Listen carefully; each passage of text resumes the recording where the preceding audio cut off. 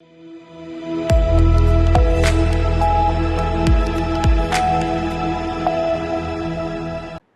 मैं हूं रत्ना और आप देख रहे हैं सी न्यूज़ भारत। वक्त हो चुका है उत्तर प्रदेश बुलेटिन का। बात करेंगे अमेठी की, जहां भारतीय जनता पार्टी अमेठी में भीमराव अंबेडकर प्रतिमा पर किया गया साफ सफाई अभियान। आगे बात करेंगे अमरोहा की, जहां जनपद में आदमखोर आवारा कुत्तों का कहर जारी। ऐसी तमाम खबरों पर विस्तार से चर्चा करेंगे इस बुलेटिन में। भारतीय जनता पार्टी के निर्देशानुसार 14 अप्रैल को भारतीय जनता पार्टी अमेठी में भीमराव अंबेडकर प्रतिमा का किया गया साफ सफाई अभियान। बता दें कि स्वर्गीय भीमराव अंबेडकर जी के जन्म जयंती के एक दिन पहले आज अपनी ग्राम सभा खैरौना में संविधान के निर्माता, समाज के मार्गदर्शक स्वर्गीय बाबा भीमराव अंबेडकर जी की प्रतिमा स्वच्छता अभियान चलाकर साफ सफाई किया गया। कार्यक्रम में मुख्य रूप से पूर्व मंडल अध्यक्ष अजय कुमार तिवारी, जिला पंचायत सदस्य प्रतिनिधि घनश्याम चौरसिया, पूर्व मंडल अध्यक्ष देव प्रकाश पांडे, किसान मोर्चा के दिनेश त्रिपाठी, ग्राम सभा के निवासी पृथ्वीपाल कोरी, रविशंकर कोरी, राजेंद्र करी, पूर्व प्रधान संजीव उर्फ बंटी शामिल रहे। अमेठी से सी न्यूज़ संवाददाता आशुतोष शुक्ल की रिपोर्ट। अमरोहा में आवारा कुत्तों के कहर से जनता के बीच डर का माहौल है। दो अलग अलग हमलों में न केवल मानव जीवन पर संकट मंडरा रहा है, बल्कि पशुपालन में भी भारी नुकसान हो रहा है। हसनपुर कोतवाली क्षेत्र के फूलपुर बीजलपुर गांव में गुरुवार दोपहर 7 साल की मासूम संजना अपने खेत में मां के पास बैठी थी, जब आवारा कुत्तों का झुंड अचानक उसने हमला कर दिया। मैं बता दें, संजना जो अपनी मां के साथ खेत में थी, अचानक कुत्तों के हमले से गंभीर रूप से घायल हो गई। मौके पर पहुंचने वाले ग्रामीणों ने कुत्तों को भगाया, लेकिन उस समय तक बच्ची की हालत बिगड़ चुकी थी। उसे तुरंत सीएचसी हसनपुर ले जाया गया। इलाज के दौरान उसकी जान बच ना सकी। इस दर्दनाक घटना ने गांव में गहरा दुख और आक्रोश पैदा कर दिया है, जिससे स्थानीय लोग प्रशासन से आवारा कुत्तों पर नियंत्रण पाने की मांग कर रहे हैं। इसी बीच अमरोहा जनपद के ढक्का मोड़ गांव में हारून के बकरी पालन फार्म हाउस में शनिवार को 1 दर्जन से अधिक आवारा कुत्तों ने हमला किया। इस हमले में 8 बकरियां जान गंवा बैठी और 8 बकरियां गंभीर रूप से घायल हो गई हैं। पिछले 5 सालों में आवारा कुत्तों के हमलों से 25 से 30 लोगों की जान गई है। ग्रामीणों का कहना है कि यदि प्रशासन ने आवश्यक कदम नहीं उठाए तो गर्मियों में इन आवारा कुत्तों का आतंक और बढ़ सकता है, जिससे कई मासूमों की जान खतरे में पड़ सकती है। दोनों हमलों के बाद स्थानीय लोगों में आक्रोश साफ है। लोग मांग कर रहे हैं कि प्रशासन तत्काल आदमखोर बन चुके आवारा कुत्तों को पकड़ने और रोकथाम के लिए ठोस कदम उठाए, ताकि भविष्य में इस प्रकार की त्रासदी दोहराई ना जाए। गांव की स्थिति ने प्रशासन के सामने एक गंभीर मुद्दा रख दिया है, जिसमें न केवल मानवीय हताहतियां शामिल हैं, बल्कि पशुपालन व्यवसाय को भी भारी नुकसान पहुंचा है। अच्छा, ये जो आपकी बकरियों पर कुत्तों ने हमला किया है, क्या मामला है? ये आप कहाँ पर गए हुए थे? खेत में गया था लोन डलवाने के लिए। अच्छा, कितनी बकरी? अच्छा, इनमें क्या बकरियों की मौत हो गई आपकी? 8 तो मर चुकी है। अच्छा, और बाकी घायल है? बाकी सब घायल है।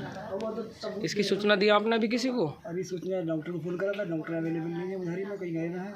अच्छा बाकी लड़का भेजा उधारी डॉक्टर ने, अच्छा जो बाकी बचे हुए इंजेक्शन लगवाने के लिए। अच्छा वो भी तो आया नहीं है। अच्छा, लगभग कितना नुकसान आप अपना मान रहे हैं? नुकसान के 8 बकरी मर चुकी है। इसमें सभी नस्लदार बकरी हैं, बहुत फार्म के इस लिहाज से बनी हुई थी। अच्छा, तो साल के हमें तो यही बहुत अफसोस है कि हमारा ये फार्म ही तबाह हो गया। ठीक। नो, ये क्या है मामला? ये यहाँ पे कुत्तों की वजह से घटना हुई है। ये आवारा कुत्ते फिरते हैं और हमारी ये दरख्वास्त है कि इन्हें आवारा कुत्तों को पकड़ा जाए जल्द से जल्द। कितनी बकरियां घायल हुई हैं? 8 बकरी घायल हुई हैं और 8 ही ख़त्म हो गई। क्या चाहती है आप? हम ये चाहते हैं कि वन विभाग वाले आएँ और इन्हें आवारा कुत्तों को जल्द से जल्द वो करें, पकड़ें इन्हें। अच्छा, इसकी सूचना आपने किसी अधिकारी को दी? हाँ, अधिकारी को थाने में रिपोर्ट करी है। कोई अधिकारी आए यहाँ पे? अभी तो नहीं आए थे। हाँ, कौन लोग आए थे? यही पुलिस वाले आए थे, 100 नंबर वाले। क्या कहा? उन्होंने कहा बस कि कुछ आगे भेजेंगे तो कुछ ना कुछ सलूशन निकालेंगे। वहाँ से भी लेखपाल साहब भी आए थे, दरोगा जी भी आए थे। तुम बोल जाओ ना, ऐसे ही बोल जाइए। और तुम उसमें क्या नाम है आपका? मोहम्मद फारूक। अच्छा फारूक भाई, आज ये जो घटना हुई है, क्या है मामला? ये हमारा एक फार्म हाउस है यहाँ, जिसमें बकरी पलती हैं। जिसमें 8 बकरी जो दीवार कूद के कुत्तों ने उन्हें मार दी और 8 बकरी घायल हैं। और जंगली कुत्ते हैं 10-12 ये, और आदमियों पे भी हमला करते हैं और जानवरों पे भी हमला करते हैं। जैसे गाय के बच्चों पे भी हमला करते हैं, ये उन्हें फाड़ देते हैं ये, और इनकी बिल्कुल कुछ सुनवाई नहीं होती। 100 नंबर वालों को फोन करता, वो भी आए थे, दरोगा जी भी आए थे, पटवारी साहब भी आए थे। क्या आश्वासन दिया उन्होंने? बोले हम इसे पकड़वाएंगे ना। वन विभाग वालों से यही थी गुजारिश हमारी कि ना आए ना पकड़े, कभी किसी और पे भी हमला करेंगे। बच्चे को भी पकड़ सकते हैं कि जानवरों को पकड़ सकते हैं, ये इन पर ज़्यादा से ज़्यादा कार्रवाई होनी चाहिए, जल्दी जल्दी पकड़े जाऊँगे। हमारी यही गुजारिश। अमरोहा से सी न्यूज़ संवाददाता गौरव श्रीमाली की रिपोर्ट।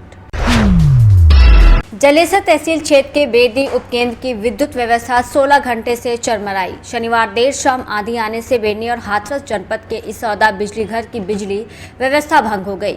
बिजली को काबू में करने के लिए बेनी इसौदा के कर्मचारी लगाए गए। बेनी विद्युत फीडर की व्यवस्था बेनी के कर्मचारियों ने संभाला, लेकिन बेनी क्षेत्र के लोगों को बिजली पानी को तरसना पड़ रहा है। वहीं क्षेत्र में लोग ऊर्जा मंत्री के आदेशों की तरह तरह की चर्चाएं कर रहे हैं। ऊर्जा मंत्री कई बार बयान दे चुके हैं और एक्स पर पोस्ट भी करते रहते हैं। उत्तर प्रदेश में बिजली व्यवस्था की तारीफ करते नहीं थकते, लेकिन एटा और हाथरस जिले में इसका उलट साबित हो रहा है। 16 घंटे बीतने के बाद कोई व्यवस्था में सुधार नहीं दिखा। वहीं विद्युत निगम के अधिकारी से संपर्क करने की कोशिश की गई, लेकिन संपर्क नहीं हो सका। सर, सरकार ने OTS योजना का छूट दी है, जो वो किन किन उपभोक्ताओं को छूट का लाभ मिलेगा? जी, सभी जितने भी सम्मानित उपभोक्ता हैं हमारे, जो घरेलू, वाणिज्यिक और निजी संस्थान और औद्योगिक उपभोक्ता हैं, उनको छूट का लाभ मिलेगा। सरकार द्वारा ये योजना 15 दिसंबर से 3 चरणों में शुरू की गई है। पहला चरण 15 से 31 दिसंबर तक चलेगा और इस योजना में जो पहले आके अपना पंजीकरण कराएंगे उनको ज़्यादा लाभ मिलेगा।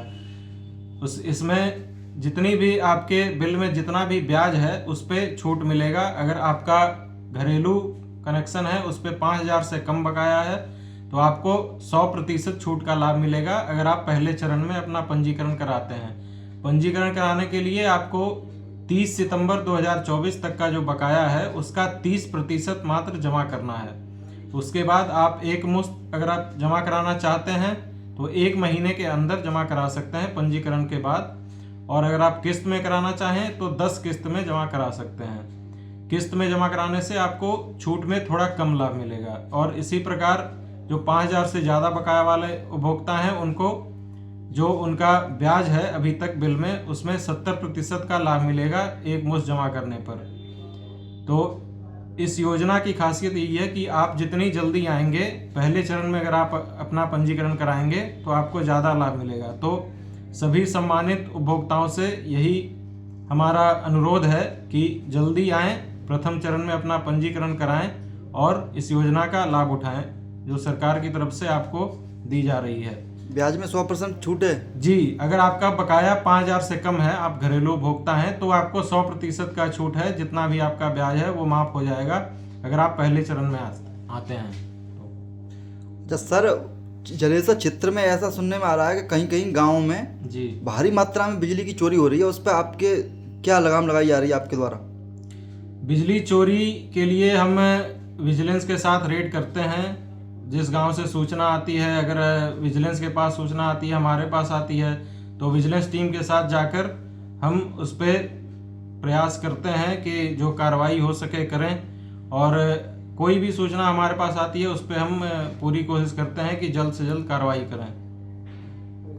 मेरा नाम सोनू यादव है। सोनू कहाँ के निवासी हैं? मैं रनौसा निवासी हूँ, जो जलेसर तहसील क्षेत्र में आता है। जी जी, बेनी फीडर लगता है हमारा। जी जी, क्या समस्या है? समस्या सर ये है, ऊर्जा मंत्री जो कह रहे हैं 24 घंटे बिजली, 16 घंटे से बिजली नहीं आ रही है और यहाँ लोग बाग पानी के लिए तरस रहे हैं। बहुत सारी परेशानियाँ हो रही हैं। 16 घंटे से ज़्यादा से पहले भी 2 दिन नहीं आई थी लाइट, और 16 घंटे से तो बिल्कुल ही नहीं आई है।